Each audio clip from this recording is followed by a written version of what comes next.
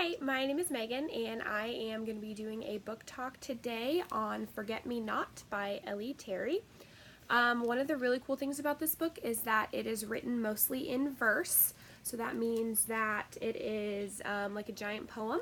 There are some sections of this book that are not written in verse. There's two different characters, and they have two different points of view.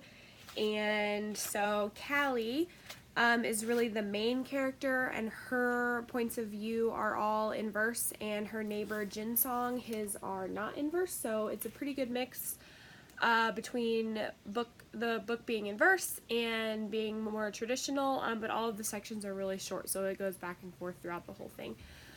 This book is about a girl named Callie, and she suffers from Tourette syndrome, so she has a hard time fitting in and making friends because of the various tics that she has. She makes noises and she flails her body, and her mom doesn't want people to know that she has Tourette's, so she doesn't tell people that that's what's happening, and then the kids are kind of mean to her and they don't understand why she's doing the things that she does, so that makes going to school really hard for her. And they move around a lot too, which makes it worse because she has to do everything over and over again every time they move.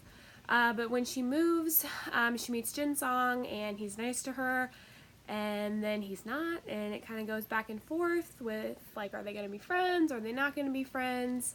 And you have to read the story to find out. So it's really good. I really enjoyed it, and I really liked that it was in verse. I think that that's a really interesting format, especially for a middle grade book.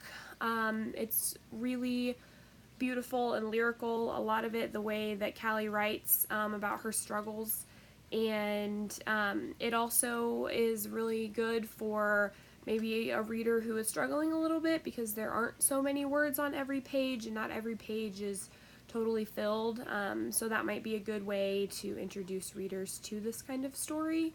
I think that would really appeal to some readers. I have some kids in my library who really like books that are in verse because they struggle a little bit with, like, reading a whole book. It seems like a lot, and then when you open it, it's not quite as much as you think it is. So it was really good. I really enjoyed it. I would recommend it.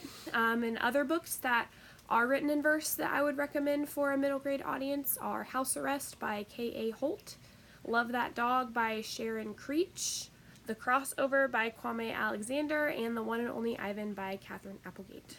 Thanks.